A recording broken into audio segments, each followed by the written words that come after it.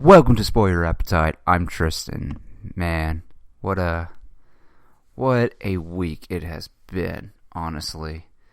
I mean, whether it's me seeing some movies and or just the latest news with the DC studios and all kinds of things. And yeah, and as we get closer to the end of the year, I've made some rank lists, and I'm very excited because I'm going to have somebody new on the podcast to do so many rank lists. I mean, my God, it's going to be insane. It's going to be fun.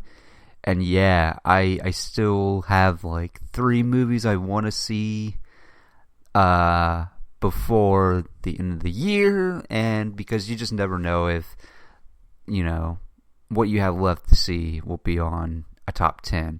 And I have 3, and I'm looking forward to them. I mean, I'll just get this out of the way and just say, yes, I saw Avatar with the Way of Water, and man, all I can say is that, I mean, for starters, I was 13 when I saw the first movie, and I think what always stuck with me with the first Avatar was just, it was a good use of 3D, 3D.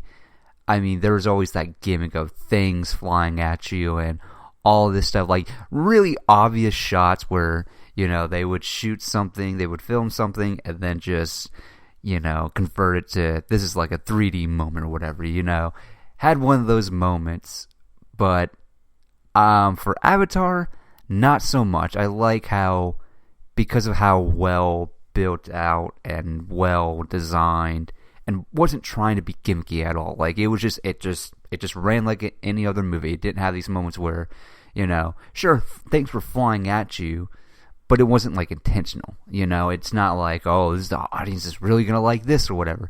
That's the one thing I remember about Avatar, honestly. And I was not crazy for Avatar like some people are. I like it, I really do, and so I was very curious to see the sequel. I mean, man, it's been like forever, because I would remember when before Disney ever bought 20th Century Fox, they had to plan to like release Avatar 2, even though they didn't film anything, by 2015. They had a release date, it's coming out in 2015.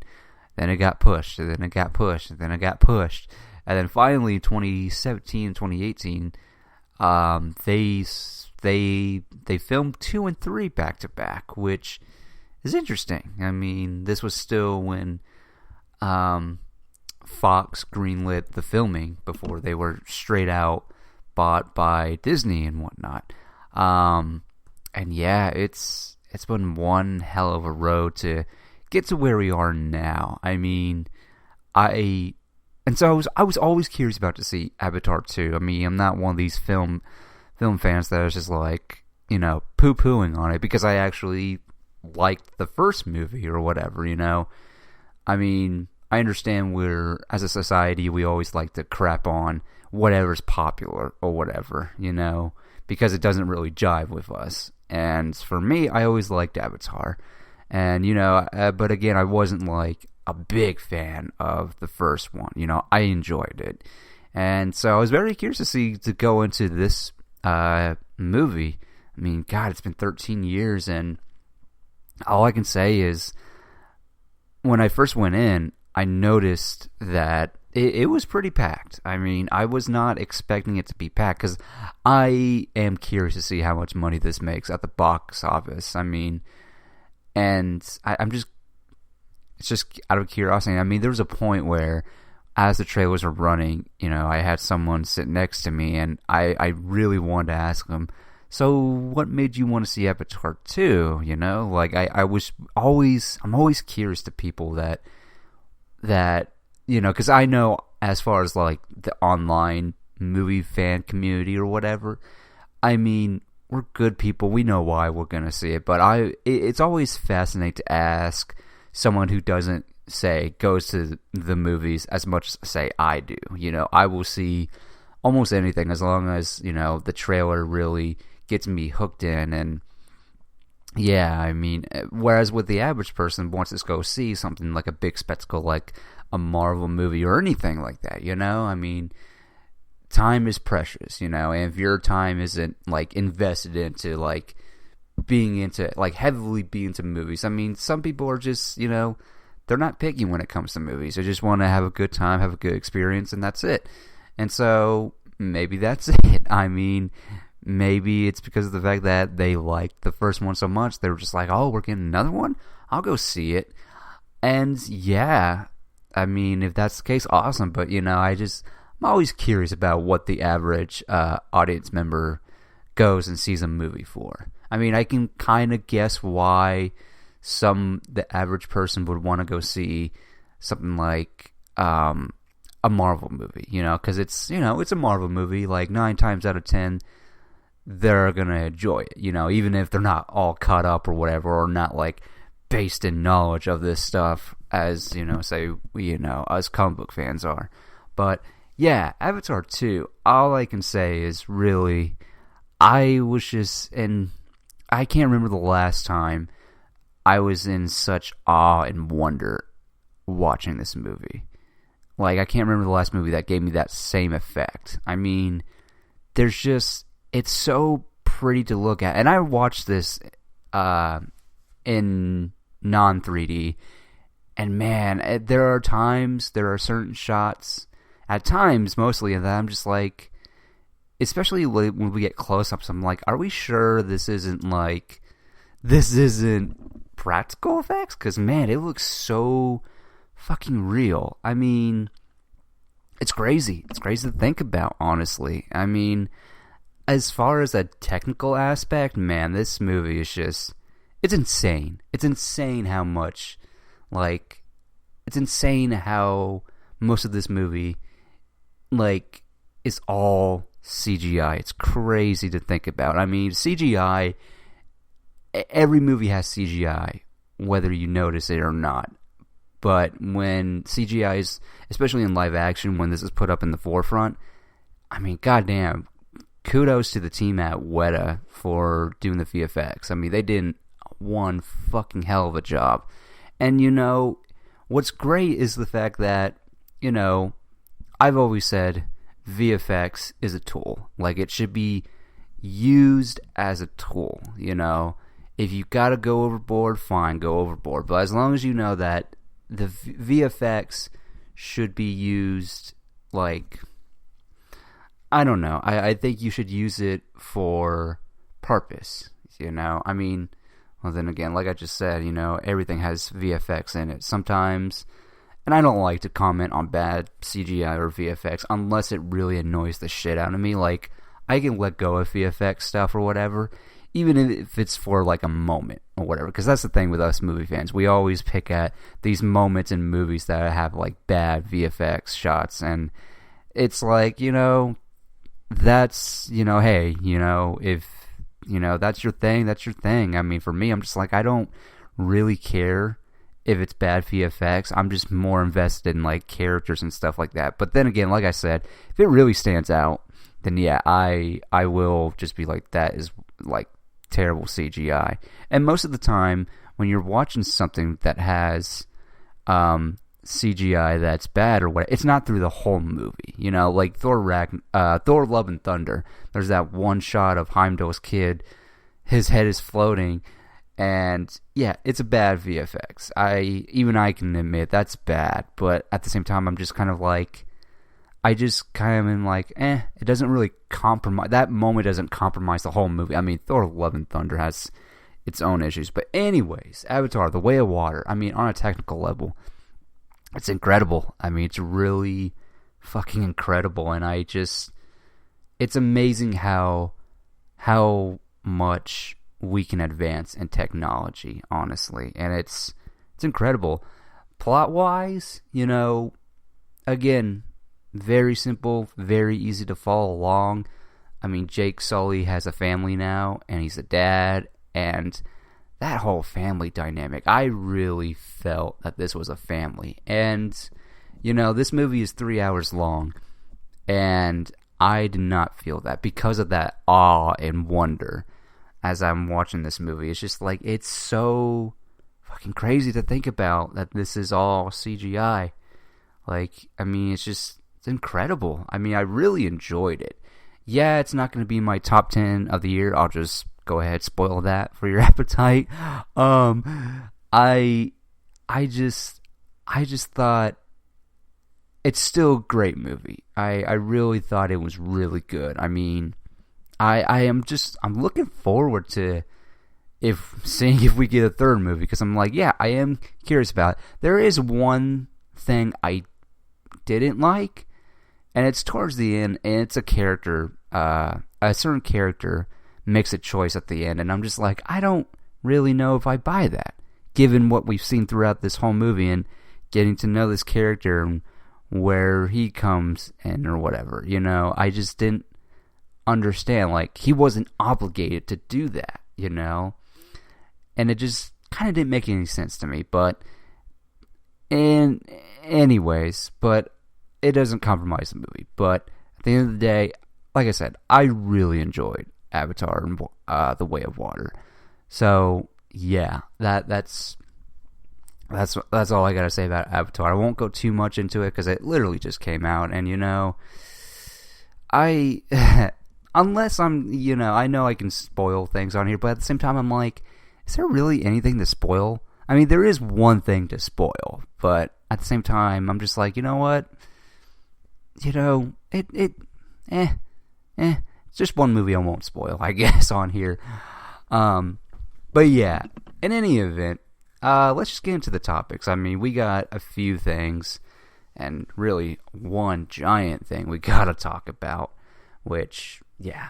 So, first things first, let's rewind back to Andor, Star Wars Andor. A spin-off of / prequel to Star Wars Rogue One. Cassian Andor, one of the characters from Rogue One, working his adventure in a way. And I cannot believe, like, I was excited for this because, well, I wouldn't say I was excited, but I was like, I'm curious about it. When it was first announced, I'm like, okay, I mean, I loved Rogue One. I think in general, it's probably my favorite of the Disney era Star Wars movies. And then after that, Last Jedi, and then so on. But I was just curious about it because I'm like, do we really need a prequel to Rogue One with Cassian Andor? Then you hear about how it's coming from the same guy that helped with Rogue One, I believe, Tony Gilroy, who's done some other things, Oscar-level things, and I've just been like, okay. And it really wasn't until we saw that first trailer, and that first trailer was just, I mean, it was everything that I was hoping for. That sense of, like, because Cassian Andor is, what we learned from Rogue One was, like, there is a side of the rebellion that we never really saw. That sense of, like, you know, it's not fun. It's not fun being a rebel. It's not really fun because sometimes you have to get your hands dirty. And this show, I mean, I can understand why some people just will not jive with it at all. Because for one, you know, we're, for the first time ever, well, second time, we're not really, well, I guess you could say third time, whatever. We're basically dealing with a character that isn't necessarily a big legacy character, whereas with your Obi-Wan or your Boba Fett or your Luke, Han, all that stuff, you know, we literally just got him like 6 years ago. I mean, we were first introduced to him like 6 years ago. And so I was just curious because the fact that when the trailer came out, it really seemed like it was going to give us more of that side of, like, what does it mean to be a rebel, you know? And it's just, it's incredible. I mean, spoilers, I mean, it's been out. I mean, the season finale came out last month or so. And for starters, I got to give props to the team at Andor, especially Tony Gilroy, because of the fact that it's 12 episodes, and it's fully earned. I mean, as I was watching this, because I was doing that thing where I'm going to wait till it all drops, because I just don't really trust Disney Plus and their shows, because it's under, it's only like 6 to 8 episodes. And Andor, on the hand, is 12. It's 12 episodes, but I was still like, you know what? What if it's something I don't like? I know it's getting a lot of praise or whatever, but what if I don't like it? And so I was just kind of out of that zone, because I've been burned before doing week to week with these Disney Plus shows. I'm just like, I'm not for it. I won't do it. I just won't. Especially with Obi-Wan Kenobi. And yeah, and that was just disappointing, but I'm not going to get into it. But Andor, 12 episodes, and a part of me is like, maybe I should have seen this week to week, because, man, this is like some heavy ass shit. I mean, first off, I gotta say, I love how, and I'm sure he said this, but Tony Gilroy had this idea of like basically doing 4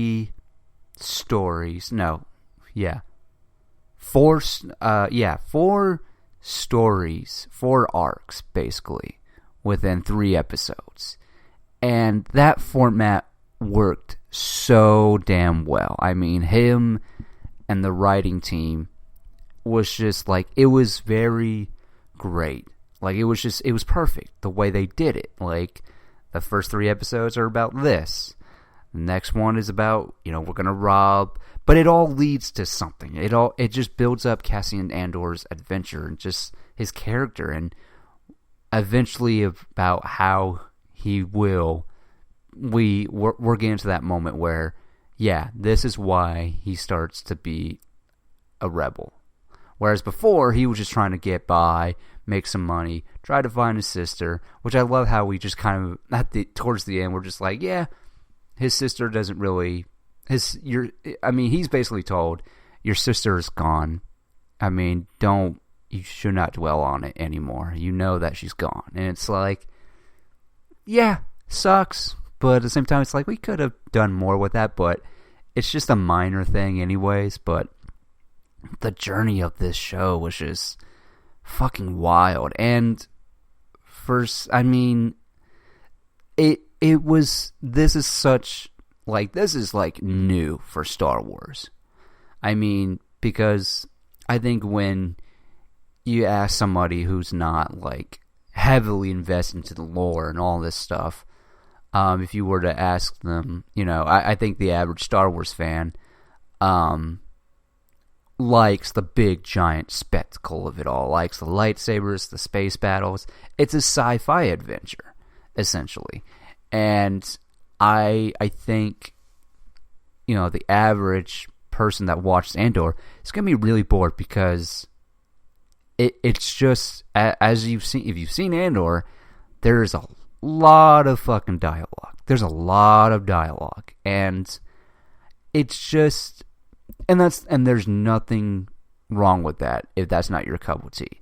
But as for me, who loves, like, is all about character and just getting to know your characters, oh my god, it was just, the writing was so mature. The whole show is mature. Like, I can't see kids being into this. I mean, maybe teenagers can be into it, but I think kids in general would just be fucking bored. And at the same time, this show is like, this is the darkest Star Wars content you'll ever see. I mean, it's just, there are just moments like when he's in the prison and the dude steps off on the, so to give context for those who haven't seen it and are probably not going to watch it, he's in a prison, and it's just so shitty how he gets caught too, which is like, they just looked at him wrong or whatever, because he was just kind of like getting away from some sand troopers, and they just arrest him. And I mean, he just gets arrested. So he's in this prison out in the middle of the ocean, and the guards or whatever, the people that are running it, basically have this device, has made the floor be able to like shock them, or basically fry them, or anything.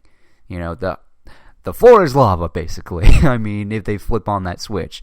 And there's a moment, and it's when they're all in bed, and there's this one dude that is just like up, and he just steps on the floor because he just can't take it anymore. I mean, he just cannot take it, because then the prison guard, the prison or whatever, they're just building something. Like, they're building these massive, like, mechanical things, and it's like, and that's what they do.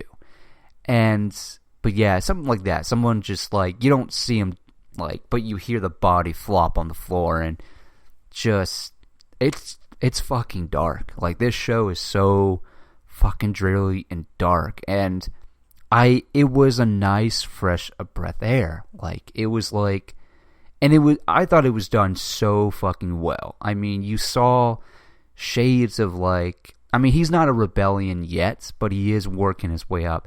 And it's nice to know that this character is very flawed, too, or whatever. Like, he doesn't seem like a nice person. Cassian Andor does not seem like a nice person, because if he doesn't trust you, he'll kill you.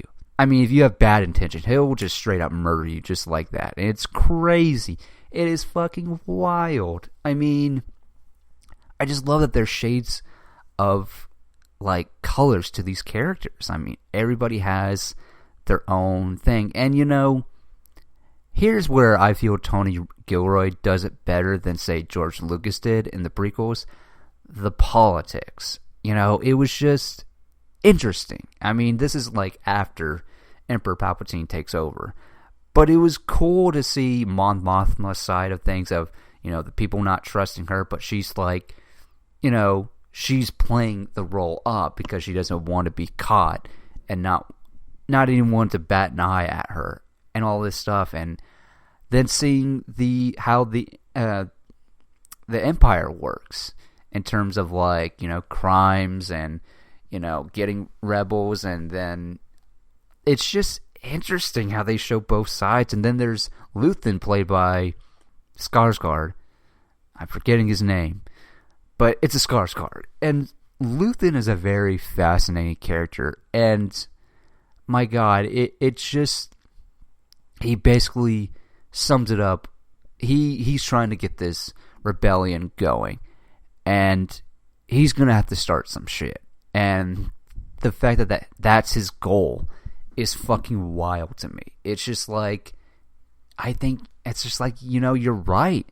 Like, because this show mirrors our world, and that's awesome. I mean, that's just kind of great. I mean, we can learn something from it. How much we can change and learn from it, who knows? But Luthen's character just having this idea of, like, I gotta make everybody miserable, so that way we can, we can get these people up and running and want to, like, take on the fucking Empire, because no one's doing a damn thing, I mean, and Luthen is just a great character. I mean, my God, he's got nothing to lose. Like, he's got nothing to lose.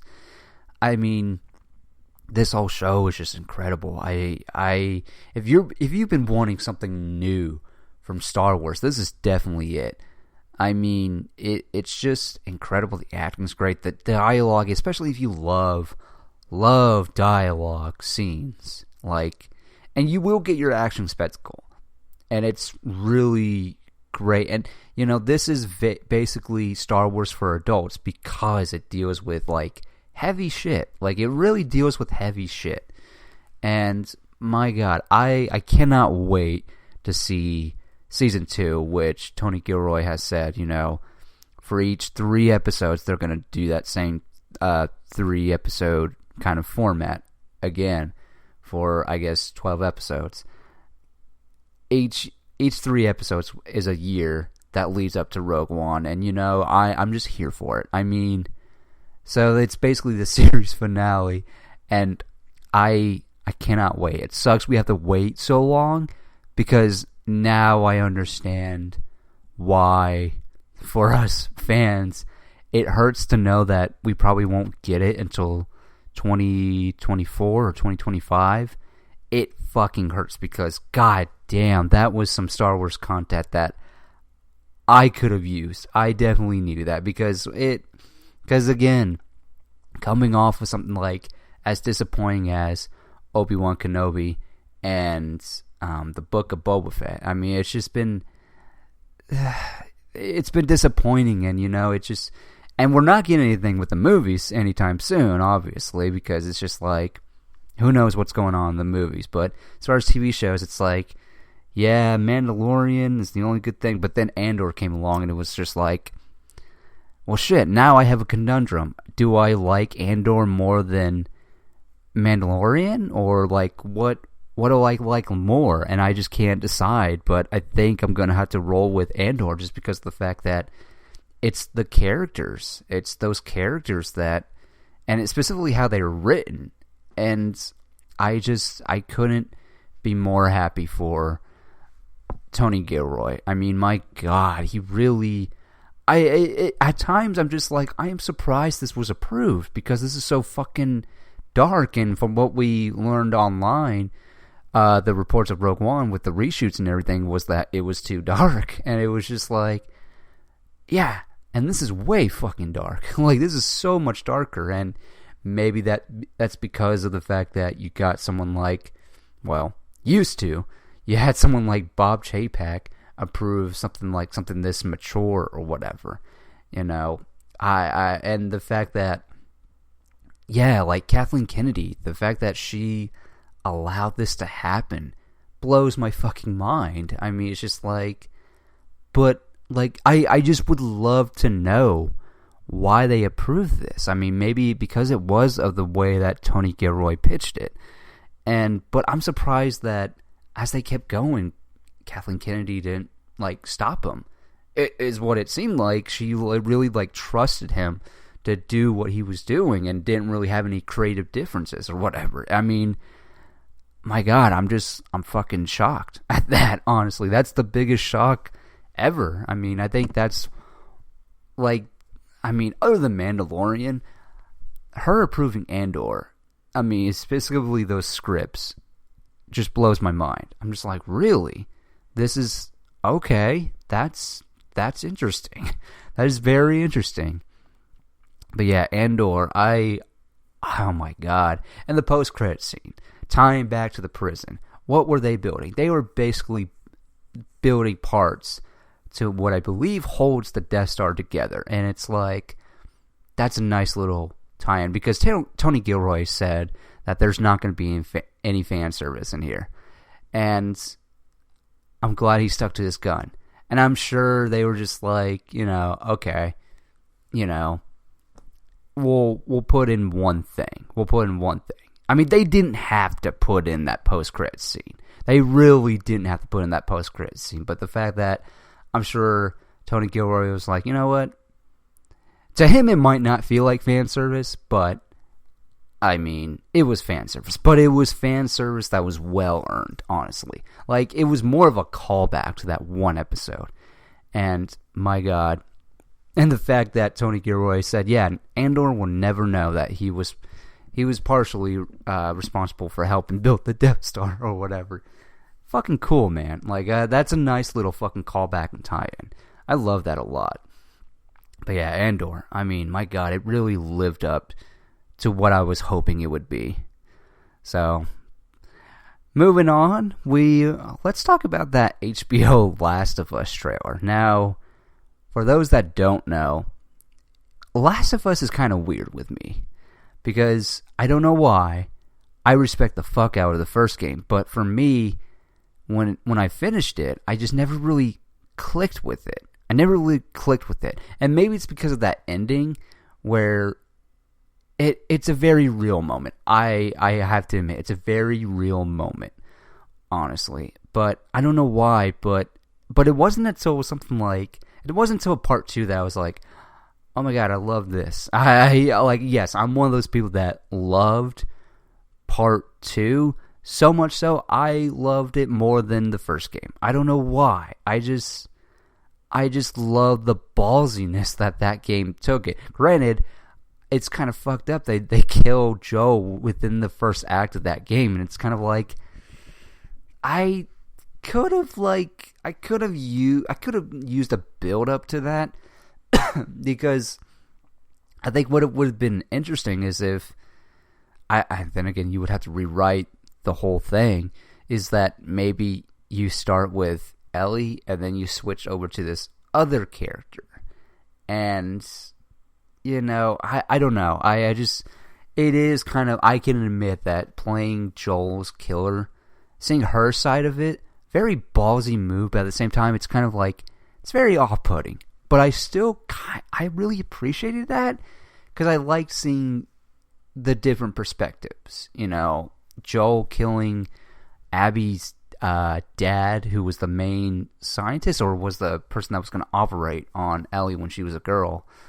A little girl, a kid, basically. You know, I just thought, man, this world just, like, it's very, like, much like the first game, it's very fucking real. Like, it feels like it's very fucking real. Like, this world, there is no such thing as, like, fantastical element, other than the zombies, obviously. But, like, when it comes to characters, these feel very much like real characters that would make these decisions. Honestly, even though towards the end Ellie doesn't kill Abby, which is kind of like, it's kind of weird that you wouldn't do that because you had no problem killing these other people. So I can admit there are things I don't like about part 2, but yet at the same time I prefer it over the first game. I don't know why, but anyways, HBO is doing an adaptation of The Last of Us, and my god, ever since we get more of the story, we get a sense of the scope of the scale of the world, and my god, I've always said, ever since they had Craig Mason, who did the incredible limited series, mini-series of Chernobyl, when I heard he was the showrunner, I was like, I'm all in, like, because Chernobyl was just one of those shows that was just like, fuck, this is horrible. I mean, based on a true event, it's fucking horrible and horrifying. Like, and I just can't imagine how he's approaching this whole thing. And my god, the trailer looks amazing. The zombies look great. The clickers, fuck, everything looks great. I mean, what's her name playing Ellie in that one moment where she acts like she's getting infected? I mean, it's perfect. It's really good casting. I mean, this whole thing is a great cast. And the fact that we're, less than a month away, we got until January to see this, it's incredible. I really like it. I mean, my god, I cannot imagine what, I mean, my god, it's just, it looks incredible. I mean, I'm looking forward to it. I mean, when it comes to HBO, you can do no wrong when HBO comes along and decides to do a show. I mean, I haven't seen everything HBO does, but the majority of what I've seen from HBO has been incredible. Has been absolutely incredible. And I expect no less than The Last of Us, honestly. And yeah, I mean, those are my thoughts on the trailer. But staying on top of HBO, preferably HBO Max. So Warner Bros. Discovery just is thinking about changing HBO Max to just Max. And I don't really understand why, because I feel like you hear HBO, I think your consumers automatically think, okay, this is where Game of Thrones, they think of high quality TV. I gotta imagine consumers think of high quality TV when it comes to HBO. I mean, they're kind of the standard. They've always been the standard when it came to shows that would run for like 10 episodes a season. They are the standard. I mean, and the fact that they want to get rid of the HBO and just call it Max, it's like, but brand recognition, like, it's right there with HBO. I mean, I say just leave it. I don't know why you would want to do that. I mean, because on one hand, what other names could they come up with? On one hand, it's like, I know they want to combine HBO Max and Discovery together. So I guess you could call it Warner Brothers Discovery Max or something. I don't know, but at the same time, I just feel like, I don't know, you just gotta have. I think you should just leave the title alone because, again, HBO. I think for consumers, they think high quality art. Plus, Max is like, Max what? Like, what is Max? You know, and I know that's not. I mean, I know they're considering it, but I can't imagine that they're just going to be like, yep, that's what it's going to be called. It's like, I hope that's not the case because it's just like, why bother? Why bother? I mean, I don't know what you call it. I mean, if they truly want to combine Discovery and HBO Max together, like, I don't know what you call it, honestly. I say just leave it as it is, honestly. But that's just me. Alright. Now let's get into the actual meal itself. So Wonder Woman 3 is officially dead over at DC Studios. So yeah, so Patty Jenkins turned the script. They didn't like it. They thought, maybe rewrite it. And, she just said, no, I'm not going to. Now, Patty Jenkins is saying she didn't walk away from it. But anyways, I don't want to get into that drama or whatever. But the fact that Wonder Woman 3, along with some other things as well, and we'll get into it, Wonder Woman 3 not happening. I'm upset, kind of ish, not really, not so much, because I understand why, I did not like Wonder Woman 1984. I mean, when I first saw it, I was just like, I think it's pretty good, but, as time goes on, and the more you think about a certain movie, and when the flaws start to turn out, yeah, that's Wonder Woman 1984. I mean, there was just certain decisions that are just like, it's so weird because it's kind of like Thor: Love and Thunder. It's like the previous movie was so good, and then you follow it up, and it's like, you're just like, what happened? Like, what really happened with this movie? Because Wishing Rocks, and I will always say the great thing about that movie is, one, I do like Cheetah as a character in that movie. I also love Pedro Pascal's character. I mean, he's really playing it up. But I think overall, it's like, yeah, we can agree. Wonder Woman 1984 was bad. It was such a disappointment. But at the same time, I was willing to give her another chance. I was like, you know what? Okay, you're 1-1. Had a bad day at the office. I was willing to see another Wonder Woman 3 from her. It's just like, you know what? I wouldn't mind seeing another one. Just, another one, fine.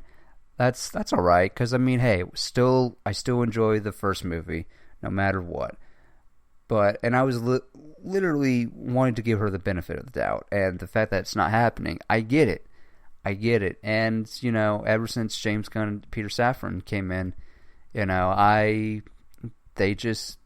really, doesn't really vibe with their universe that they're creating. And yeah, that's that. And then, we're seeing reports that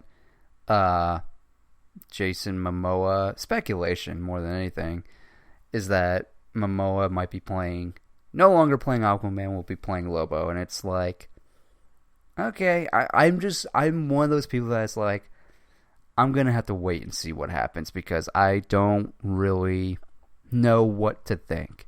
Honestly, I really don't. Because I don't know what James and Peter are planning. I mean, we can see these stuff, and,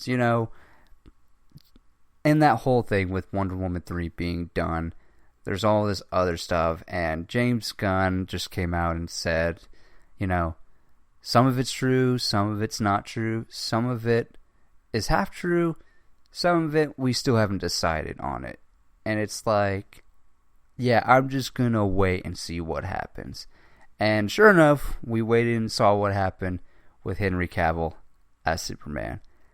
he took to Instagram and said, I'm no longer... Very professional, too. Very professional.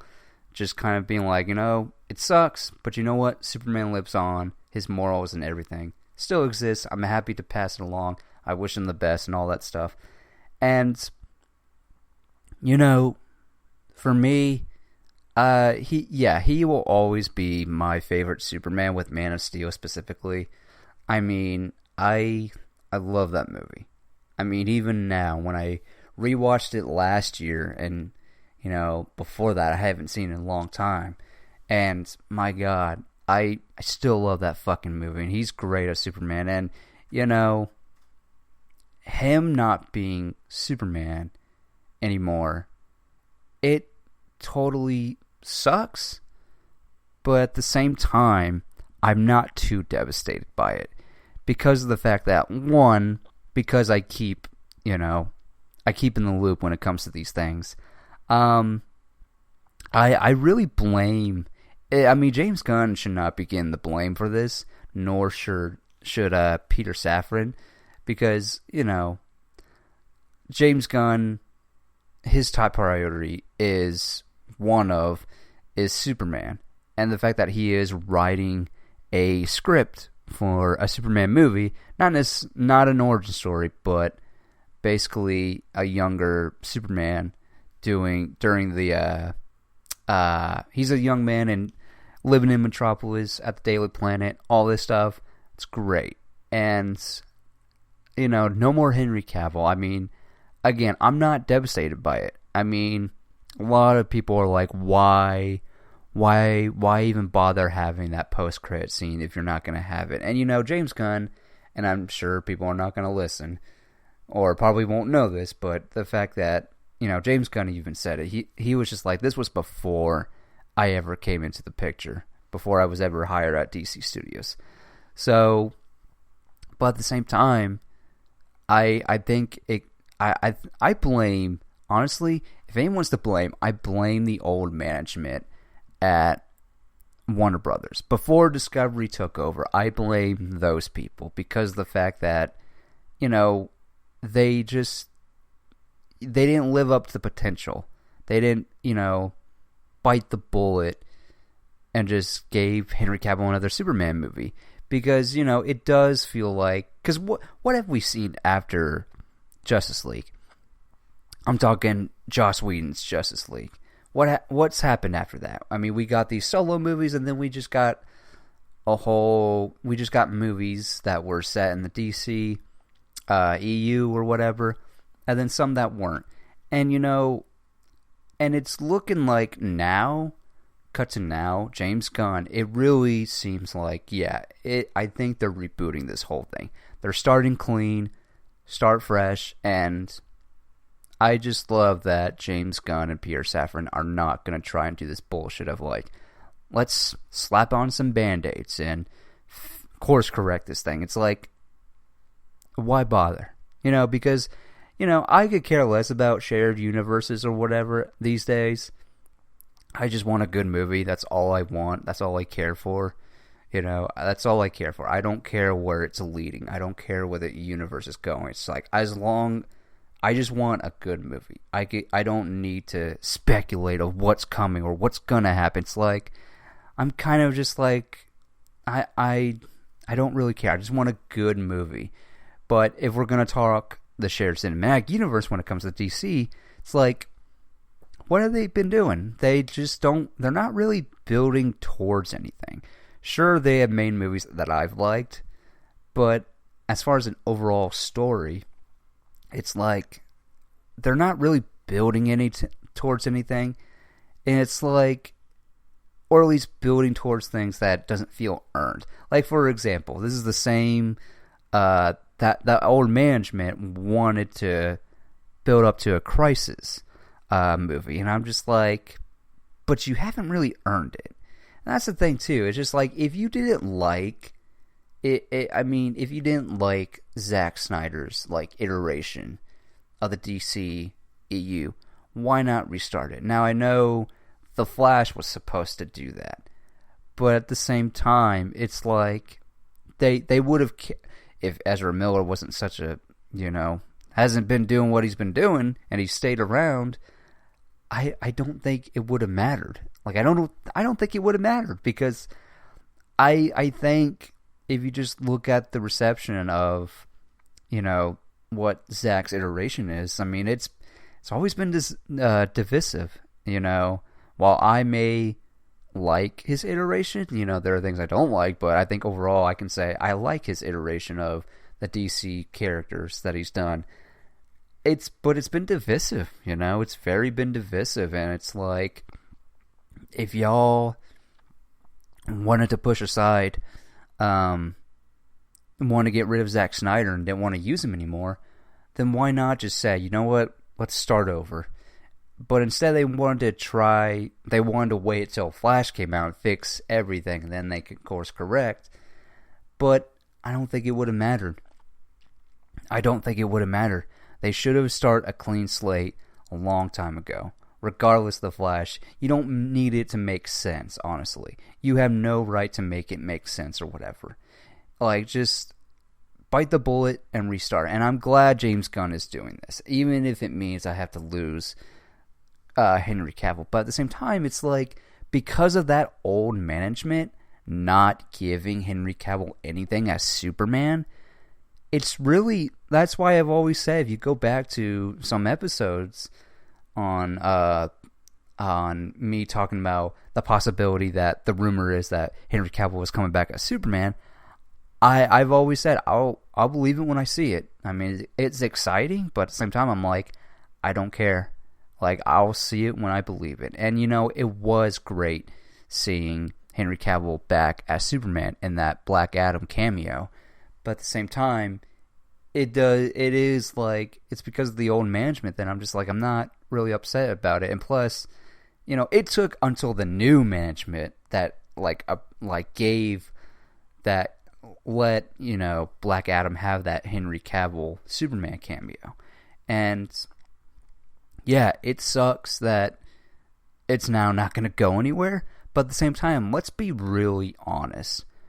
This DC universe was never going anywhere. Say if they did stay along. Okay, so the next movie for Black Adam is a Black Adam versus Superman movie. Cool. Great.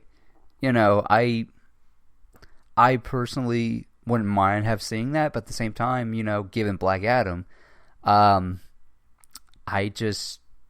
kind of glad it's not happening, because I'm just like, I could care less if we get another Black Adam movie, because, my God, it's fun in a generic way, but the more, and I can't watch that movie ever again because of the fact that I need to watch that with like friends or whatever. I need to watch it with people because I can't ever watch that by myself, because I'll just get irritated by it. Because, seeing it twice, I've always just felt like they did the bare fucking minimum to make you give a fuck about those the JSA members, let alone any character in that movie. I mean, Black Adam was pretty spot on or whatever. I mean, you understand where he comes from, what his kind of wants and like need, I guess. Whereas with the JSA, they're just there just to solve the problem. You don't really know. All you know are their powers, and you get some shades of who they are as people. But like at the end of the day, it was like the bare fucking minimum. So I'm not really upset that we're not getting that Black Adam versus Superman movie.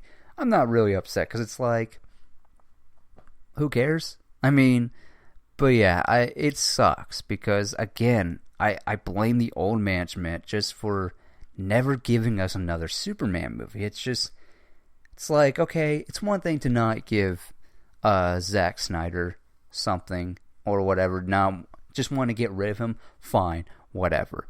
But the fact that, you guys love Henry, right? Like, you gotta love Henry, because he's very charming as fuck. He's a charming dude. And it's just like, maybe it was just that thought process of like, we don't want to bring over that bet.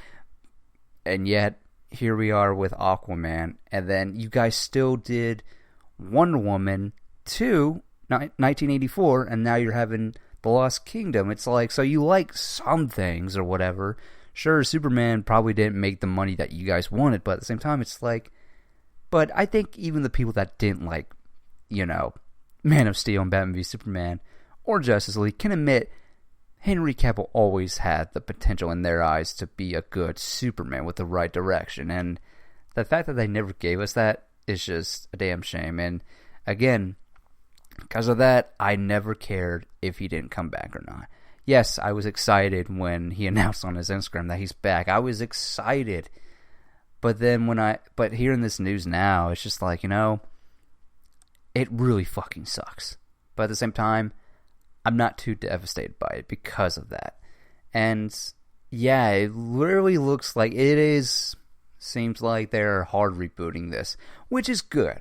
I think it's good. Because like I said, no more slapping the band-aids on trying to fix this. It's like, nope. And James Gunn said it best. He's like, we knew coming into this that whatever we do, we're coming into a fan base that is gonna really not. We know we're not gonna make everybody happy, and they just know.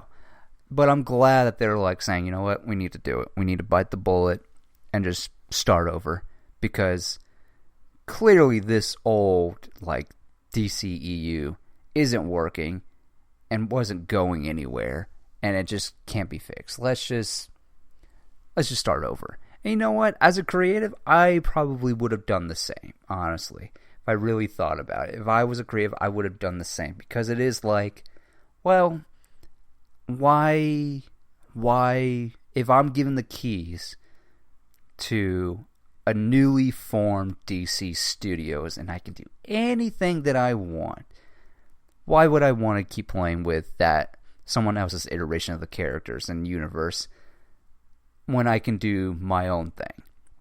And I imagine that's what James Gunn is kind of looking at. And that's why he's writing a new Superman movie, which is it's really great. And the fact that he has talked to Henry Cavill and even proposed that, hey, we still would love to work with you. We can find something in here for the DC universe, which at that point, I'm just like, I don't know. I don't know who he could play.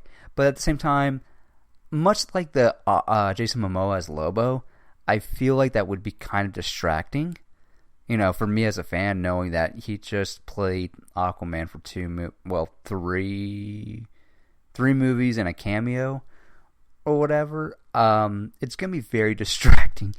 But so I'm just like, I'm kind of hoping it doesn't really, honestly, because it's going to be very distracting, if they do cast Henry Cavill in their new DC EU. And then I love the fact that somebody asked, could Ben Affleck direct? And he was like, yeah, absolutely. We've met with Ben and he wants to direct. And it's like, well, shit. I mean, I know this is the obvious answer, but yeah, let him do that, his Batman script. Sure, you gotta retool it or whatever, make it make sense, fit in with the DC EU or whatever, their new DC EU. Let him do Batman.